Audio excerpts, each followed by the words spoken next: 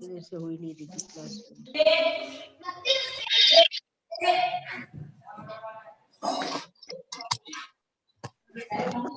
ये रोल की बहन सबसे बड़ी बड़ी।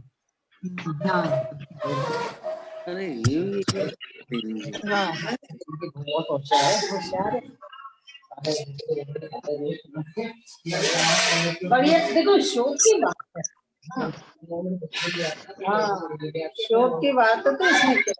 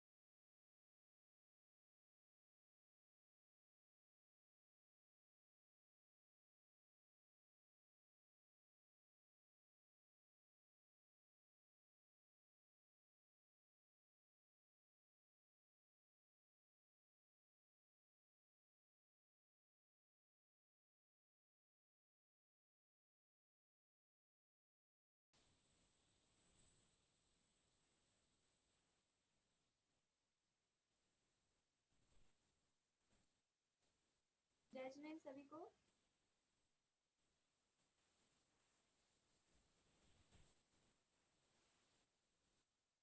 सुनीता आंटी आवाज आ रही है?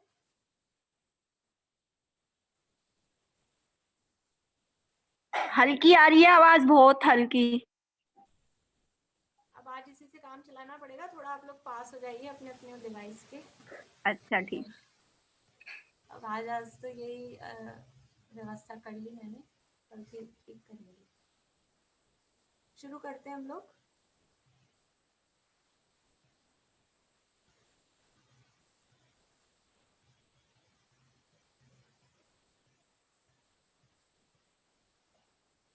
मोक्षमार्गस्य नेतारं भेत्तारं कर्मभूतताम्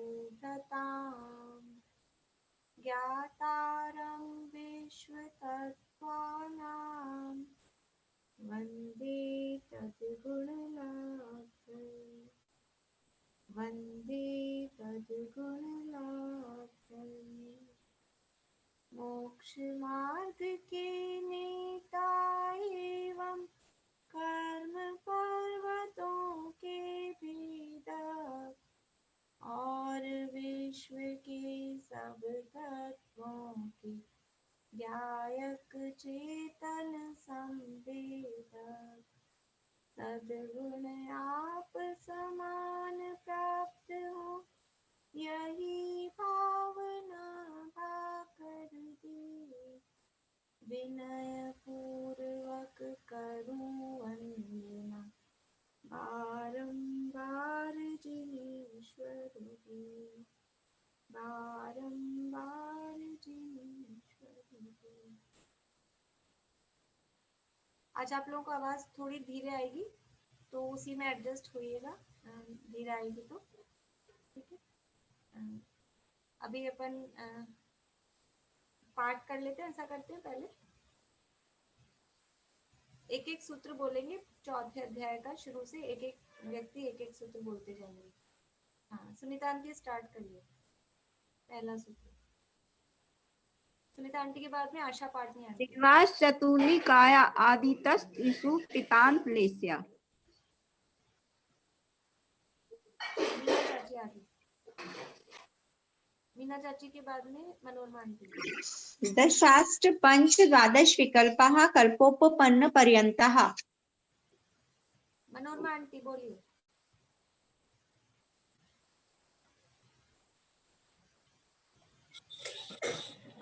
इंद्र सामानिक त्राय त्रिन पाशदात्म दक्ष लोक पालानिक प्रकीर्णक अभियोगी किलविसी काष्टेक्ष। त्रायस्त्रिंश लोकपाल वर्ज्य व्यंतर ज्योतिष्काः। सुधा जी, सुधा जी के बाद स्नेह जी। वैमानिक देवों की चर्चा में हमने कल रचना देखी थी कि किस तरह से ऊर्ध्वलोक में स्वर्ग हैं, उनके विमान हैं। तो कल जो हमने देखे थे इंद्रों के नाम 16 स्वर्गों में 12 इंद्र हैं। 16 स्वर्गों में 12 इंद्र किस तरह से हैं कि नीचे के 4 स्वर्गों में 4 इंद्र, नीचे के 4 मतलब पहला दूसरा तीसरा चौथा, ऐसा शुरू के 4 स्वर्गों में 4 इंद्र और लास्ट के 4 स्वर्गों में भी 4 इंद्र, और जो बीच के 8 स्वर्ग हैं उन बीच के 8 स्वर्गों में 4 ही इंद्र हैं। तो अपनी वहाँ बात थोड़ी सी, यहाँ जो अपने बुक में लिखा है, तो अपनी जो बुक में लिखा है उसी हिसाब से हम याद कर लें, क्योंकि मैंने देखा तो 3 किताबें देखी, तीनों में अलग अलग ही लिखा हुआ है। इसलिए ये समझ लें हम कि बीच के 8 स्वर्गों में 4 इंद्र हैं, इतना समझ लें। अब वो पांचवे वाला है, ये कंफर्म है, ब्रह्म इंद्र होता है, ब्रह्मोत्तर इंद्र नहीं होता है। अब वो लांतव है कि कापिष्ट है, शुक्र है कि महाशुक्र है, शतार है कि सहस्रार है। तो इस संबंध में जो तत्वार्थ सूत्र की टीकाएं हैं उसमें अलग नाम दिए हैं, और जो तिलोकसार तिलोपन्नति है उनमें अलग नाम दिए हैं। तो अपने यहाँ अपन तत्वार्थ सूत्र पढ़ रहे हैं तो अपने बुक में जो लिखा है उसी हिसाब से याद कर लें।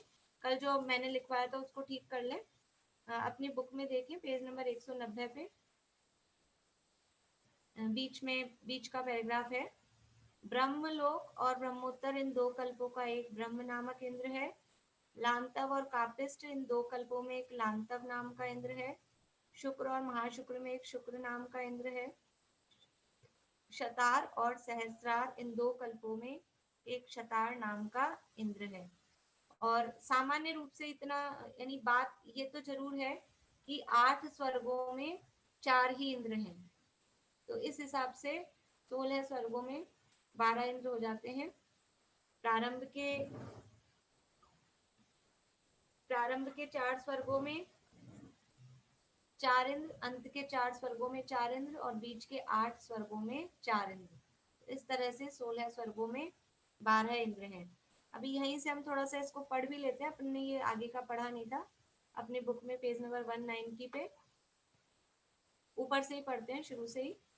190 नंबर पेज है, तत्वार्थ मणि प्रदीप। सर्वप्रथम सौधर्म और ईशान कल्प यानी स्वर्ग हैं।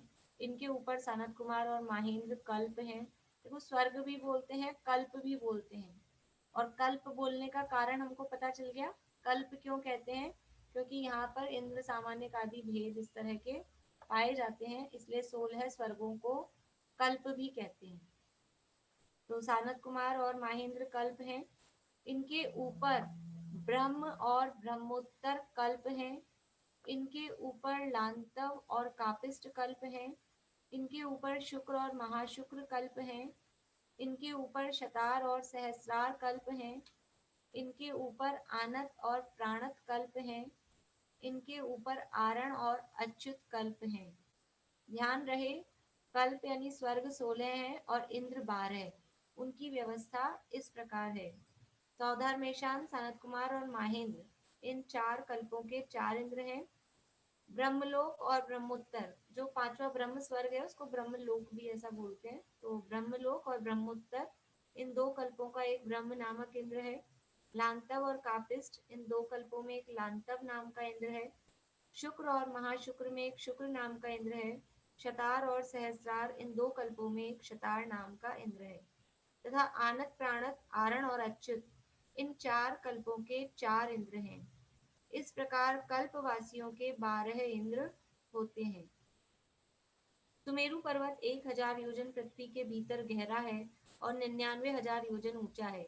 उसके नीचे अधोलोक है। मेरू पर्वत की जितनी ऊंचाई है उतना मोटा और तिरछा फैला हुआ तिर्यक लोक है। मेरू पर्वत की जितनी ऊंचाई है उतना मोटा मतलब ऊंचाई वाला, मोटाई का मतलब ऊंचाई है, और फिर तिरछा फैला हुआ तिर्यक लोक है, उसके ऊपर ऊर्ध्वलोक है। सुमेरु पर्वत से एक बाल के अंतर से ऋजु विमान है। ऋजु विमान क्या है? ऋजु विमान, ऋजु विमान शब्द आए तो उसके बारे में बता सकते हैं कि ऋजु विमान क्या चीज है।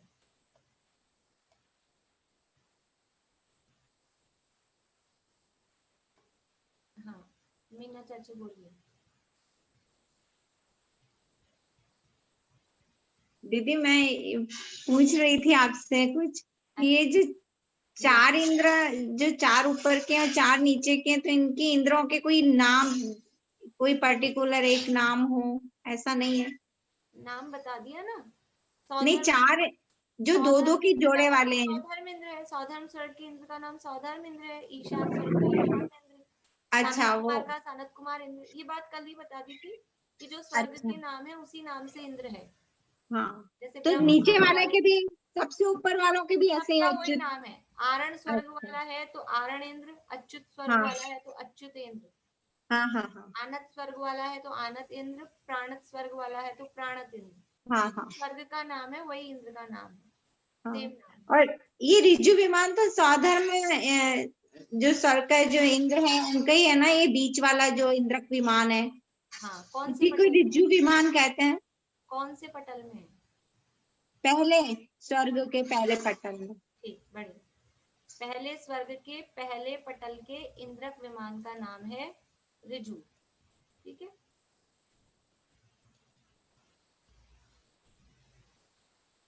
तो सुमेरु पर्वत से एक बाल के अंतर से ऋजु विमान है जो सौधर्म कल्प का इंद्रक विमान है।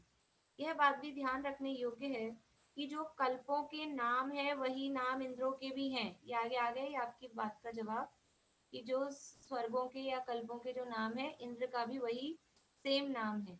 कल हमने देखा था उदाहरण, सूर्य विमान का नाम भी सूर्य है और उसमें जो देव रहता है जो उनका मेन प्रतिइंद्र है उसका नाम भी सूर्य है। चंद्रमा के विमान का नाम भी चंद्र है और उसमें जो इंद्र है उसका नाम भी चंद्र है। ऐसा यहाँ यह भी ध्यान, वही नाम इंद्रों के भी है। जहाँ दो कल्पों में एक इंद्र है वहां उनमें जो प्रथम स्वर्ग का नाम है वही इंद्र का नाम है।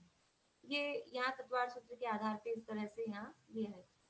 कल्पातीत नव ग्रहवेद के विमान एक के ऊपर एक 9 हैं जो कि तीन तीन पटल रूप से हैं, अर्थात सबसे पहले अधो ग्रहवेद के 3 पटल, उसके ऊपर मध्य ग्रहवेद के 3 पटल, उसके ऊपर ऊर्ध्व ग्रहवेद के 3 पटल। ये बातें अपन ने पढ़ ली, अब अपन रिवीजन कर रहे हैं, इसलिए मैं समझा नहीं रही हूँ। समझ में आती जा रही है आप लोगों को कि जो ग्रहवेद हैं वो ग्रहवेद के 9 पटल हैं और वो 3-3 के ग्रुप में हैं। तो सबसे पहले अधो ग्रहवेद के 3 पटल, फिर उसके ऊपर मध्य ग्रहवेद के 3 पटल और उसके ऊपर ऊर्ध्व ग्रहवेद के 3 पटल हैं। अधो ग्रहवेद में कितने विमान हैं? 111। मध्य ग्रहवेद में 107 और ऊर्ध्व जो ग्रहवेद है या उपरिम ग्रहवेद है उसमें 91। इस तरह से विमानों की संख्या है। इसके ऊपर 9 अनुदिशों के 9 विमान हैं जो कि एक ही पटल में हैं और अनुत्तर विमानों में सबसे बीच में सरवार सिद्धि नामक विमान है और उसकी चारों दिशाओं में 4 अनुत्तर विमान विजय, वैजयंत, जयंत और अपराजित हैं।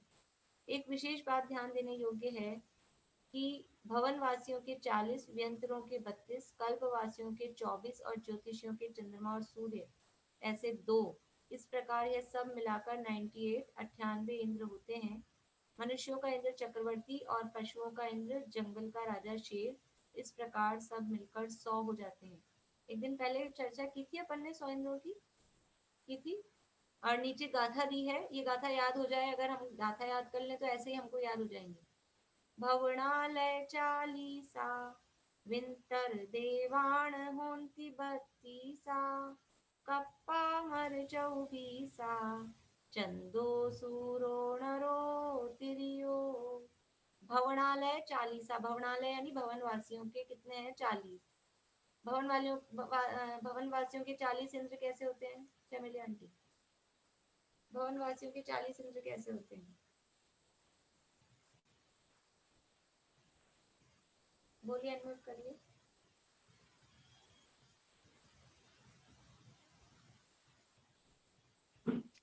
भवनवासी के 40, हाँ 10 इंद्रों के, 10 प्रतिइंद्रों के। हाँ, नहीं ध्यान सर। नहीं नहीं, और अंकल बोलिए। भवनवासी देव 10 प्रकार के होते हैं और उनके 2-2 इंद्र होते हैं। हाँ भवनवासियों और फिर जो दूसरे देव हैं व्यंतर, वो 8 प्रकार के हैं, उनके 16 इंद्र हो गए। नहीं, अभी केवल भवन वासियों के 40 कैसे होंगे वो बताना है आपको। नहीं जानता। चलिए मधु जी बोलिए, अनम्यूट करिए, अनम्यूट। भवनवासी के 10 भेद होते हैं, 2 उसमें प्रत्येक में 2 इंद्र और 2 में 2 प्रत्येक होते हैं, इसलिए 10 में से 2 करेंगे इंटू 20, प्रत्येक में 10 में से 2 करेंगे 20, ऐसे प्लस करके 40 हो जाए। बढ़िया बढ़िया। भवन वासियों के इंद्र 10 यानी 10 प्रकार हैं और हर एक प्रकार में 2-2 इंद्र। भवन वासियों के 10 प्रकार हैं, असुर कुमार, नाग कुमार, विद्युत कुमार, सुपर्ण कुमार, अग्नि कुमार, ये सारे। तो हर में 2-2 इंद्र हैं, और तो 10 के 2 हो गए, 10 दूनी 20, और 2-2 ही प्रतीन्द्र हैं, तो वो भी 10 दूनी 20, तो 20 इंद्र हैं, 20 प्रतीन्द्र हैं। प्रतीन्द्रों को भी इंद्रों में ही गिना जाता है, इसलिए ये 40 इंद्र भवन वासियों के हो गए। वो यहाँ का भवनालय 40। फिर विंतर देवान होंती 32, व्यंतर देवों के 32 इंद्र। बोलिए रजनी जी मुंबई, व्यंतर देवों के 32 इंद्र कैसे हैं? उनके व्यंतर देवों के 8 भेद हैं और हर एक के 2-2 इंद्र, मतलब एक इंद्र एक प्रतिइंद्र है, तो 8 दूनी 16, 16 दूनी 32 ऐसे हो जाते हैं, मतलब कि 8 दूनी 16, 16 32। हाँ, यानी 8 भेद है, 8वें में इनमें भी 2-2 इंद्र होते हैं। हाँ, एक इंद्र एक प्रतिइंद्र। जैसे भवन वासियों में 2-2 इंद्र थे, वैसे व्यंतरों में भी 2-2 इंद्र और 2-2 प्रतिइंद्र। तो वो 8 भेदों के 8 दूनी 16 इंद्र और 16 प्रतिइंद्र, ऐसे 32 इंद्र व्यंतर देवों के हो गए। कप्पामर 24, कप्पामर यानी कल्प और अमर। कप्पामर शब्द है, कप्प यानी कल्प और अमर यानी देव।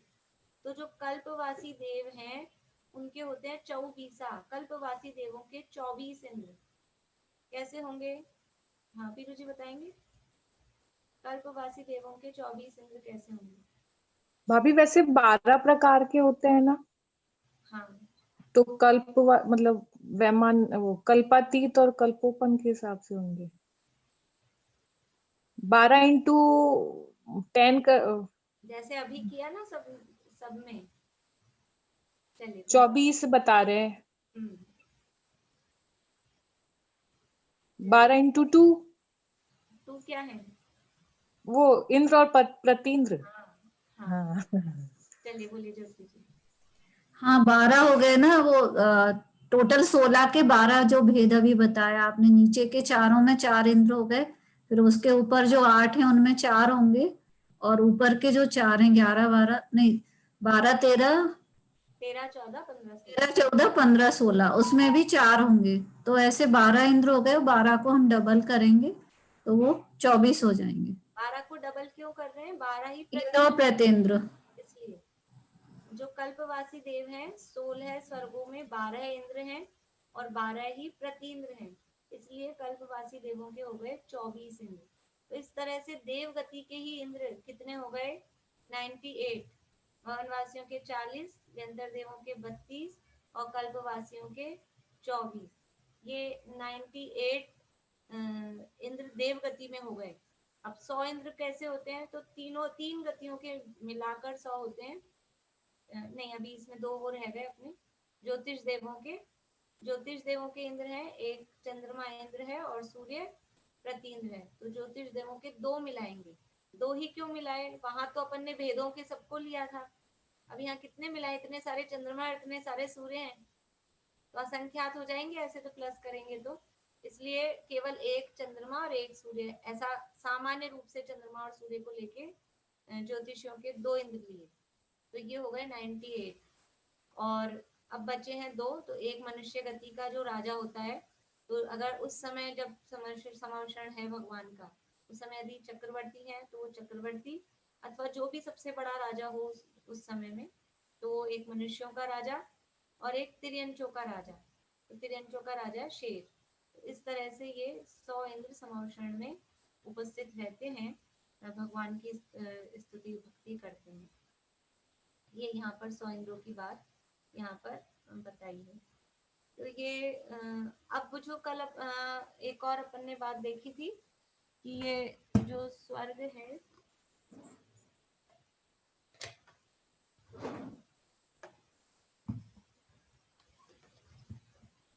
अपन ने जो कल डायरेक्शन देखे थे कि ये बीच में तो है इंद्रक, इधर से देखिएगा, बीच में इंद्रक है, फिर ये श्रेणीबद्ध 4 दिशाओं में, इंद्रक बड़ा बना देते हैं, ये 4 दिशाओं में श्रेणीबद्ध हैं। तो कैसे जो हमने इंद्र के उसमें देखे थे, और बाकी जो प्रकीर्णक हैं, तो जो उत्तर इंद्र है उसके अधीनता में, उसके अंडर में कौन कौन से हैं? पूर्व वाले सारे श्रेणीबद्ध, दक्षिण वाले सारे श्रेणीबद्ध, पश्चिम वाले सारे श्रेणीबद्ध, और ये बीच का इंद्र, और ये जो दोनों दिशाएं हैं, ईशान और नैऋत्य, ये सारे उसके अंडर में हैं। तो स्वर्ग भी उसी तरह से कहा जाएगा, ये अंडर में तो है ही है। और जो बीच वाले 8 स्वर्ग हैं, जिनमें 4 ही इंद्र हैं, देखिए बीच वाले स्वर्गों के में अपने को ज्यादा समस्या है, उसी के लिए स्पेशल आप समझ लें। बीच वाले जो 8 स्वर्ग हैं उसमें इंद्र 4 ही हैं, तो वहां पर कौन से किसके अंडर में होगा? तो वो जितने भी हैं वो सब एक, क्योंकि इंद्र एक ही ना, दो में मिला के, इंद्र कोई सा भी हो, चाहे ब्रह्मोत्तर में ब्रह्म इंद्र है, अब चाहे लांता हो चाहे कापिष्ट हो, लेकिन वो जितने भी विमान हैं वो जो भी एक इंद्र है, या तो लांता इंद्र है या कापिष्ट इंद्र है, तो हमने जैसे यहाँ पर अपने हिसाब से लांता इंद्र है, तो वो सारे विमान चारों दिशाओं के, चारों विदिशाओं के सारे ही विमान वो लांता इंद्र के अधीन होंगे। बीच वाले 8 स्वर्गों में जितने भी विमान हैं वो सब जो इंद्र है उसके ही अधीन होंगे, और जो नीचे के 4 स्वर्ग और ऊपर के 4 स्वर्ग हैं उसमें तो जो बंटवारा जैसे हमने दिशाओं के आधार पे कहा है वैसे बंटवारा है। समझ में आ गई बात? फिर से, जो पहला, दूसरा, तीसरा और चौथा स्वर्ग है, तो पहले और तीसरे स्वर्ग का जो इंद्र है वो दक्षिण इंद्र है, उसके अधीन में तो कौन कौन से हैं? पूर्व, दक्षिण, पश्चिम के श्रेणीबद्ध इंद्र, और ये दोनों भी दिशाओं के। और जो दूसरे स्वर्ग का और चौथे स्वर्ग का जो इंद्र है उसके अधीनता में एक ये उत्तर दिशा और इनके साइड की 2 विदिशाएं, वो उसके अधीनता में। ठीक है, अब फिर वो जो बीच के 8 स्वर्ग हैं उनमें ये विभाजन वहां कैसे समझ में आएगा कि वो अधीनता तो पूरी पूरी है। तो ये स्वर्गों का विभाजन इस तरह से होगा, किसको हम लांतव स्वर्ग कहेंगे, किसको हम कापिष्ट स्वर्ग कहेंगे, क्योंकि है तो सारे एक ही लेवल पे। समझ में आ रही कि नहीं आ रही आप लोगों को बात? नहीं आ रही? ज्योति जी को नहीं आ रही तो फिर तो और किसको नहीं आ रही होगी बताइए। शीला अभी समझ में आ रहा है? देखिए हमने एक कंसेप्ट देखा था कि ये जो 2-2 स्वर्ग जोड़े से है ना, इसको अभी मैं रखती हूँ, 2-2 स्वर्ग हैं जोड़े से, 2-2 स्वर्ग एक ही लेवल पे हैं, एक ही लेवल पे हैं, उसमें से कुछ विमान हैं वो एक स्वर्ग में है, कुछ विमान है वो दूसरे स्वर्ग में, क्योंकि वो दोनों एक ही लेवल पे हैं। तो सौधर्म और ईशान के मिलके कितने हो गए अपने? 60 लाख, 32 लाख और 28 लाख मिलके 60 लाख हैं। तो एक ही लेवल पे 60 लाख विमान हैं, एक ही लेवल पे, एक ही लेवल समझ में, मतलब एक पटल नहीं, एक पटल नहीं, वो 31 पटलों में मिलाकर 60 लाख विमान है। तो उन 31 पटलों में से जितने भी पूर्व दिशा वाले, जितने भी दक्षिण दिशा वाले और जितने भी पश्चिम दिशा वाले, सारे 31 पटलों के, पूरे 31 पटलों के पूर्व, दक्षिण, पश्चिम और उसके साइड की दोनों भी दिशाएं, उनके जितने विमान हैं और इंद्रक, वो सब मिलके हो गए 32 लाख। वो सारे विमान कहलाएंगे सौधर्म कल्प, सौधर्म स्वर्ग। और जो पश्चिम दिशा है और दो विदिशाएं हैं, वो जो बचे वो कहलाएगा ईशान स्वर्ग, और उसका राजा वो सौधर्म इंद्र और ईशान इंद्र। ऐसे ही ऊपर दूसरे में चले अपन, सानत कुमार और माहिंद्र, उसमें भी वो जो संख्याएं हैं, तो जितने विमानों की संख्या कही है उसमें से जो 3 नंबर का स्वर्ग है सानत कुमार, उसमें कौन कौन से विमान हैं? पूर्व वाले, दक्षिण वाले, पश्चिम वाले, इंद्रक और दोनों विदिशाओं वाले।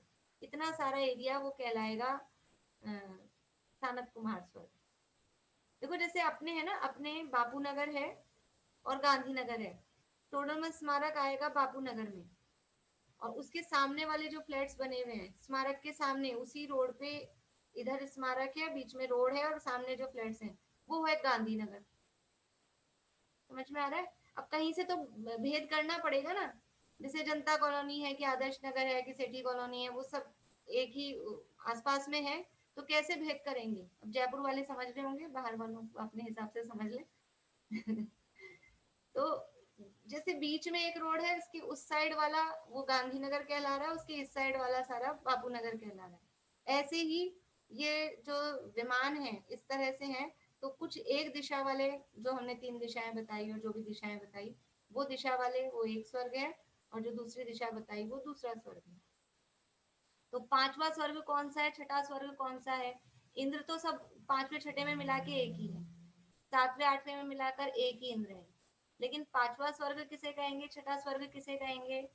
कि 5वें वाले के जो जितने भी पटल हैं, 5वें के अंदर में जितने भी पटल हमने कहे हैं, उसमें से पूर्व, दक्षिण और पश्चिम वाले विमान और उनकी विदिशाओं वाले वो कहलाएगा 5वां स्वर्ग, और पश्चिम नहीं, उत्तर और दोनों विदिशाओं वाले वो कहलाएगा छठा स्वर्ग।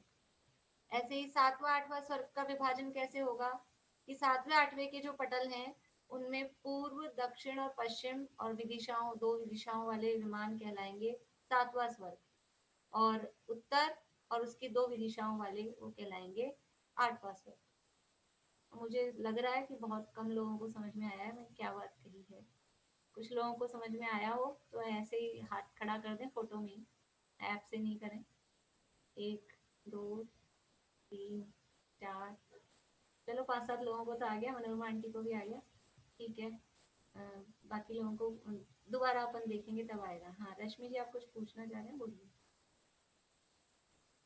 मतलब मेरे को ये समझ में आया कि पहला और तीसरा में तो ये पूरब, दक्षिण और पश्चिम आएगा, और चौथा, 5वां 7वां, हाँ ये सब में ये 3 आएगा, बाकी में ऊपर का आएगा उत्तर और ये ईशान और ये वायव्य, ये पूरा आ जाएगा, है ना? ये ठीक है, बस ये समझ में आ गया।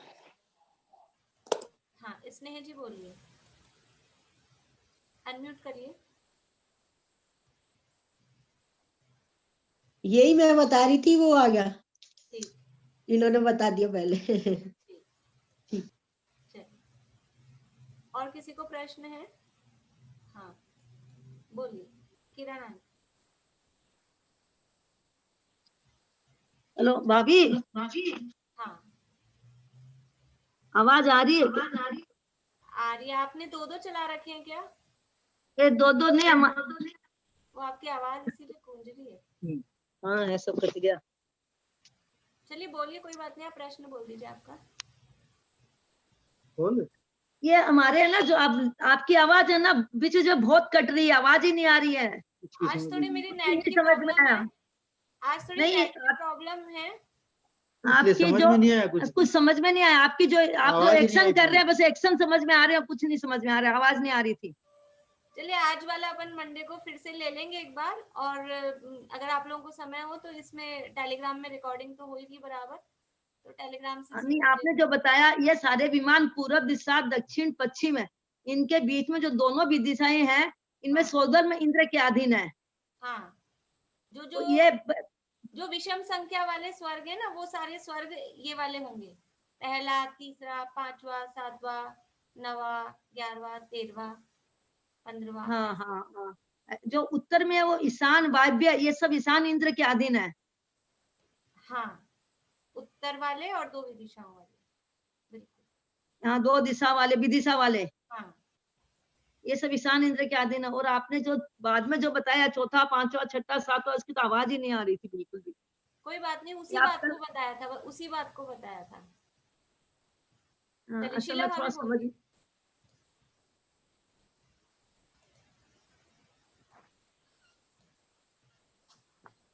ये जो ऊपर का बताया ना आपने उत्तर की ओर, तो इसमें ईशान वाले जो विदिशा के हैं वो भी साथ आएंगे इसके। हाँ, जो दूसरा यानी दूसरा चौथा जो सम संख्या वाले स्वर्ग है ना, तो वो ईशान स्वर का जो विदिशा आ रही है ईशान कोण की, वो उत्तर वाले में आएंगे। हाँ, यानी ये जो है ना इधर वाली ईशान ही है ना उसका नाम। हाँ, जो ईशान उत्तर और हाँ पूर्व वाला जो है वो ईशान। हाँ थोड़ा सा नाम में कभी कभी कंफ्यूजन हो जाता है। हाँ, तो ईशान और उत्तर और वायव्य, तो हाँ। 2 तो हो गई ये विदिशाएं। हाँ। ईशान और वायव्य तो विदिशा हो गई, और उत्तर की ओर ये तो 3 हो गए ये। हाँ। ठीक है। हाँ, मधु जी। वो ये 2-2 वाले तो समझ गए, जो 1-1 वाला तो उसमें कैसे किसका राज्य है, मतलब किसका वो उसके अंडर में रहेंगे, जैसे 5वें, 6ठे, 7वें, 8वें। विमान, सुनिए मेरी बात, विमान तो सारे जो इंद्र है उसके अंडर में है। जो इंद्र है ना उसके अंदर में सारे विमान है, लेकिन स्वर्ग का नाम इस हिसाब से डिसाइड होगा। अच्छा। बापू नगर भी है और गांधीनगर भी है, दोनों का मान लो ये हमने एरिया डिवाइड किया, लेकिन जो भी पार्षद होगा उनका वो दोनों का एक ही होगा, ऐसे। ठीक। तो वो दोनों का राजा तो एक ही है, लेकिन अच्छा, वो व्यवस्था डिवाइड तो होगी वैसे ना, कहाँ तक 5वां स्वर्ग है, कहाँ तक 6ठा स्वर्ग है। अच्छा, स्वर्ग के हिसाब से वो व्यवस्था ऐसे। ठीक है, ठीक है। चलिए, और किसी को प्रश्न है? हाँ, मीनू दी बोलिए। आवाज आ रही है? हाँ, आ रही है। कहाँ मेरे को, मैं ये कह रही थी कि ये जो 31 पटल हैं, हाँ। इनमें सौधर्म इंद्र और ईशान इंद्र, वो इंद्र जो विमान है वहां रहेगा राजा, तो अभी हम तो कैसे सौधर्म इंद्र कहाँ रहता है उसकी वो भी देखेंगे, वो कहाँ रहता है वो भी अभी आप। अच्छा, इंद्र पटल जो मतलब इन विमान जो है इंद्रक पटल में में नहीं रहता, इंद्रक में नहीं रहता। अच्छा, सौधर्म इंद्र की हम जगह ठीक है। देखेंगे, और सौधर्म इंद्र की किस तरह से उसकी सभा होती है, उसकी नगरी का थोड़ा सा मैंने आपको कहा था मैं पढ़ के सुनाऊंगी, पर मैं आज इसलिए अवॉइड कर रही हूँ कि आज आवाज ज्यादा अच्छे से नहीं आ पा रही। आप सबको, और लोगों को आ रही है सही आवाज? हाँ, बहुत डिस्टर्बेंस है आज। हाँ, ठीक है। चलिए, और किसी का प्रश्न तो नहीं?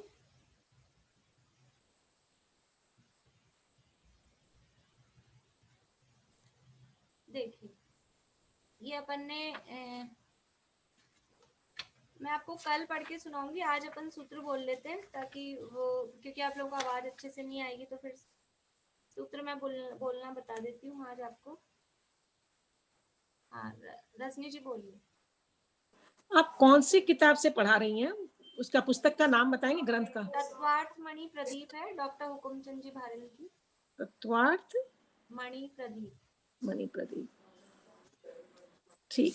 मैं पीडीएफ आज ग्रुप में सेंड कर दूंगी एक बार, और आपको हार्ड कॉपी चाहिए हो तो आप एड्रेस भेज दीजिएगा तो फिर भेज देंगे। ठीक है। शीला भाभी बोलिए। एक है ना ये वाला जो है ना अधोग्रैवयक मध्यग्रैवयक, एक बार बोर्ड पे बता दो। मैंने वो सुन तो ली थी उस पे रिकॉर्डिंग, लेकिन थोड़ा सा वो देख लूंगी तो समझ में ज्यादा आ जाएगा। उस दिन मैं एब्सेंट थी। देखिए,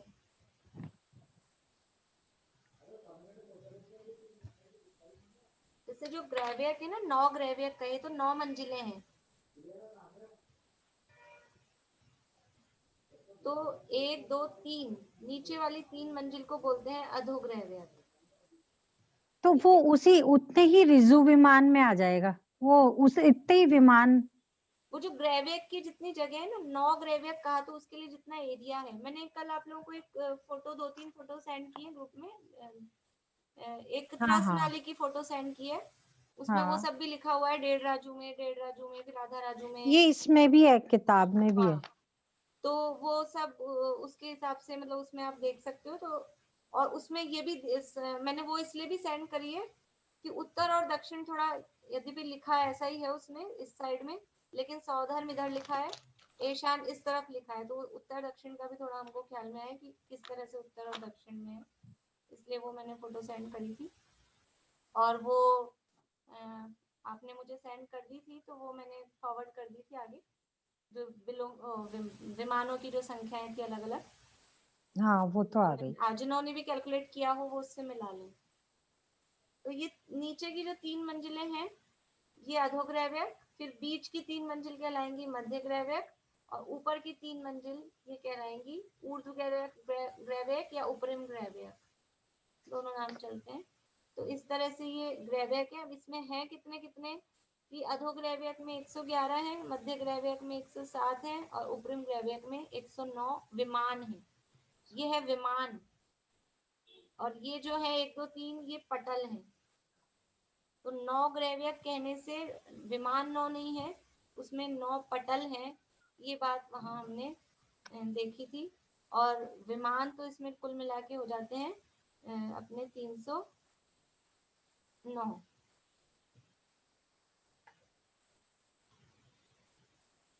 दिख रहा है अब आपको बोर्ड पे?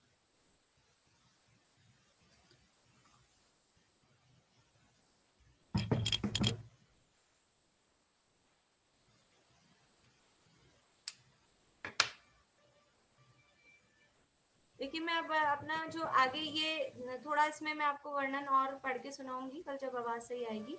अभी मैं सूत्र बोलना बता देती हूँ आगे वाले। अभी तक जो हमने ये पढ़ी है रचनाएं, अब उसका वो क्यों पढ़ी है, उससे हमको क्या सीखना चाहिए, उससे हम क्या कंक्लूजन निकालते हैं, वो इन सूत्रों में लिखा है। और इस चौथे अध्याय के सबसे इम्पोर्टेंट सूत्र ये है 20 और 21 नंबर के। जो इम्पोर्टेंट चीज होती है, वैल्यूएबल चीज होती है, उसको हम कहाँ रखते हैं? घर में बिल्कुल जैसे अपन कहीं सफर में भी जा रहे हो ना, तो मिरर आजकल तो अब जरूरत नहीं पड़ती, पुराने जमाने में कांच लेके जाते थे मिरर, तो कपड़ों के बीच में वैल्यूएबल मतलब वो नाजुक भी है, कहीं ऐसा ही ऊपर रख दिया कि सबसे नीचे ही रख दिया तो जोर से कुछ रखने में आ गया वो टूट जाए तो। और भी जो भी हमारी कीमती चीजें होती हैं हम उनको बीच में सेफ जगह रखते हैं। जितना भी धन या जो भी ज्यादा संपदा है तो वो घर में भी ऐसे कमरे में रखते हैं कि बीच में हो, एकदम सेफ हो, बिल्कुल ऐसा नहीं हो कि कहीं से एकदम से कोई भी आ जाए और कुछ भी गड़बड़ हो जाए। तो ऐसे ही ये जो सूत्र हैं, ऐसे ही कुछ सूत्र आएंगे अभी 5वें अध्याय में, वहां भी ऐसे ही बीच में बहुत इंपॉर्टेंट सूत्र 5वें अध्याय के बीच में रखें।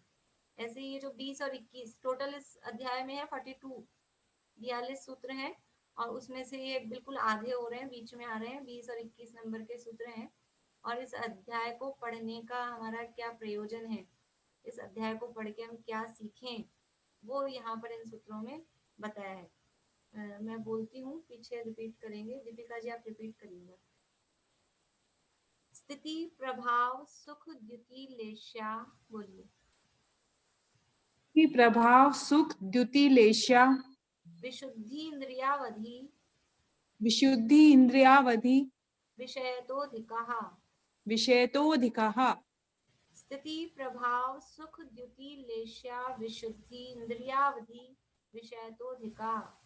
स्थिति प्रभाव लेश्या, विशुद्धीन्द्रियावधि, विषयतोधिकः। गति शरीर परिग्रहाभिमानतो हीनाः,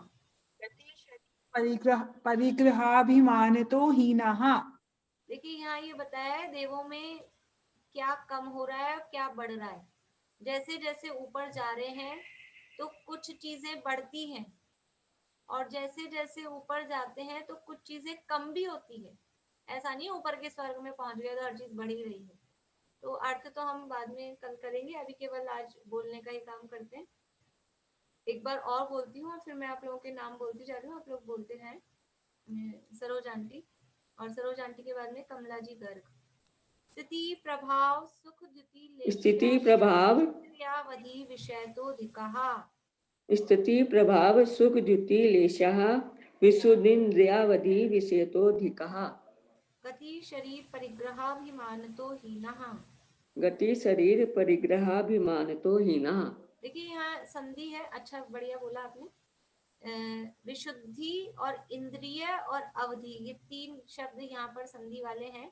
तो विशुद्धि इंद्रियावधि एक इकट्ठा बोलेंगे। देखिए संधि सहित भी बोलते हैं तो वो शब्द प्रोनाउंस होते हैं। एक्चुअल में जो संस्कृत के रूल होते हैं ना, ऐसा नहीं होता कि वो शब्द प्रोनाउंस नहीं हो, वो शब्द प्रोनाउंस होते हैं, पर उस संधि पे हम जोड़ देते हैं। जिस जगह जोड़ है, संधि है, उस जगह हम जोड़ लगा के बोलते हैं तो वो शब्द निकलता है। तो विशुद्धि इंद्रिया बोलेंगे ना, ई बड़ी हो गई है, विशुद्धि इंद्रिया, तो इंद्रिया शब्द समझ में आएगा। ऐसे ही इंद्रियावधि, तो अवधि उसमें से आएगा साउंड। स्थिति प्रभाव सुख द्युति लेश्या विशुद्धि इंद्रियावधि विषयतो अधिकः गति शरीर परिग्रहाभिमानतो हीनः। बोले कमला जी, इनके बाद में सुधा जी। स्थिति प्रभाव सुख द्युति लेश्या विशुद्धि इंद्रिया विधि विषय तोधिका गति शरीर। निज आत्मा के भान बिन सुख मान कर रति राग में, सारा जगत नित जल रहा है वासना की आग में। तुम वे